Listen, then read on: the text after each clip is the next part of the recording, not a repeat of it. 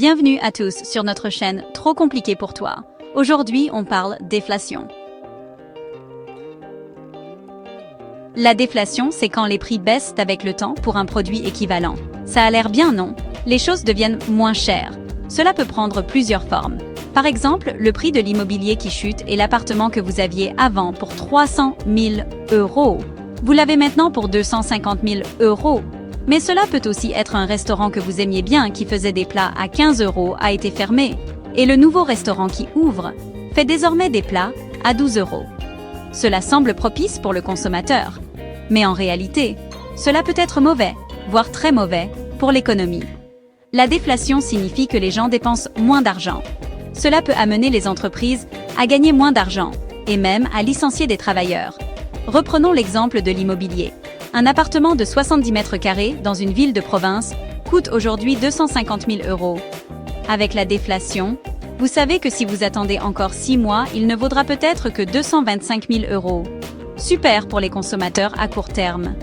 Mais si on réfléchit bien, je ne vais pas investir toutes mes économies dans quelque chose qui va perdre de la valeur dans les mois qui viennent. Mais si tout le monde attend que les prix baissent encore plus personne ne peut vendre son appartement et déménager. Et les promoteurs qui ont besoin de vendre sur plan les appartements pour avoir des liquidités pour réaliser le projet ne peuvent plus vendre. Du coup, les entreprises souffrent. Elles ne font plus de projets. Elles ne gagnent plus d'argent. Du coup, il n'y a plus de nouvelles constructions. Les ouvriers du bâtiment sont au chômage. Du coup, ils n'ont eux-mêmes pas les capacités d'investissement dans un logement. Cela diminue la demande, et donc, encore plus, le prix des appartements. Si vous avez compris la démonstration pour l'immobilier, vous comprenez que cela peut s'appliquer à n'importe quel produit. Cela peut créer un cercle vicieux, un cercle de la loose qui fait qu'il n'y a plus d'investissement et donc plus de nouveautés. Et vous l'avez compris, c'est bien compliqué à briser comme on l'a vécu au Japon. La déflation n'est pas seulement une théorie, c'est déjà arrivé, avec de lourdes conséquences. Un exemple est la Grande Dépression des années 30. Les prix ont fortement chuté. Les gens ont arrêté d'acheter parce qu'ils pensaient que les prix baisseraient encore plus. Un autre exemple est le Japon dans les années 90. L'économie japonaise a stagné alors que les prix diminuaient. Cette période est appelée la décennie perdue en raison de son impact négatif. Une vidéo est disponible sur notre chaîne pour comprendre comment la Japon a vaincu la déflation. Vous la trouverez en lien dans les commentaires.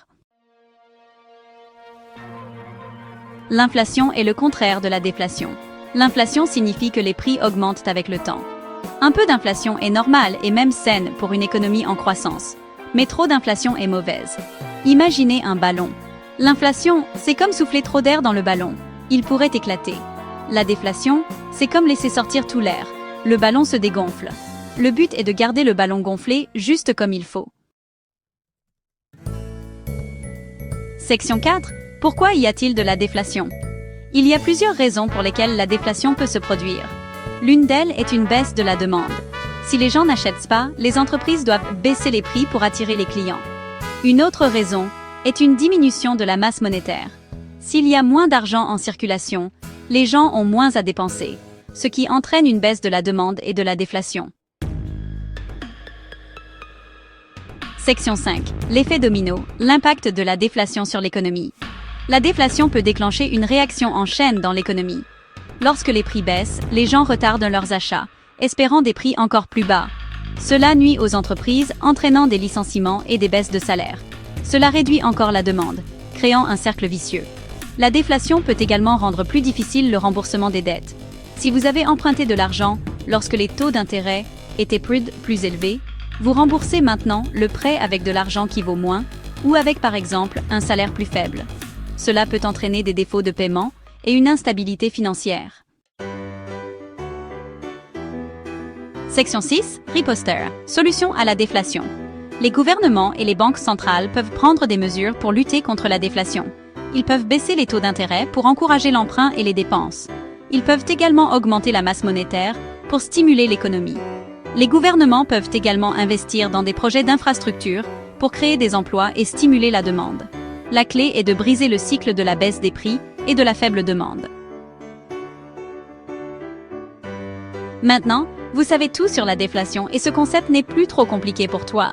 Alors, sachez que nous sommes une petite chaîne et qu'un like ou un abonnement ne vous coûte rien mais nous aide énormément.